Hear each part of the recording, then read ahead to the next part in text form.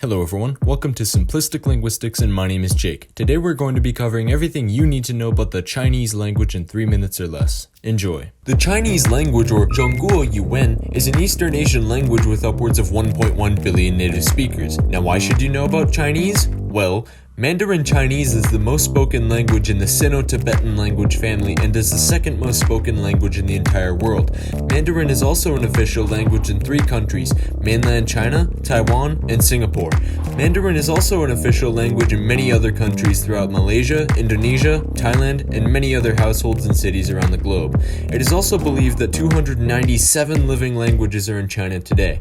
That's why you should know about it. The history of the Chinese language and the other dialects of it date back to Proto-Sino-Tibetan, which existed around 4000 BCE.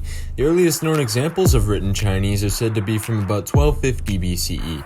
They were written using a form of Chinese known as oracle bone script, which is carved onto animal bones, turtle shells, and other things similar to that. The more well-known Old Chinese developed during the Zhou dynasty during 1046 and 256 BCE. Old Chinese can be found in most sculptures and poetry from that time period. The form of written Chinese that developed between this time period and the end of the Han Dynasty became known as Classical or Literary Chinese. Classical Chinese have been used as the formal written language until the start of the 20th century.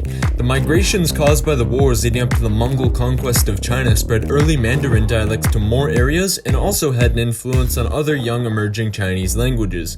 At the start of the 20th century, an official written vernacular language based on a few Mandarin dialects was made the new official written language instead of Classical Chinese. But it was later decided that the new official language should be based on the Beijing dialect. This language is called Tongyong Yuyan, which means common language. Standard Chinese, or Mandarin, now fulfills the role that Classical Chinese used to fill.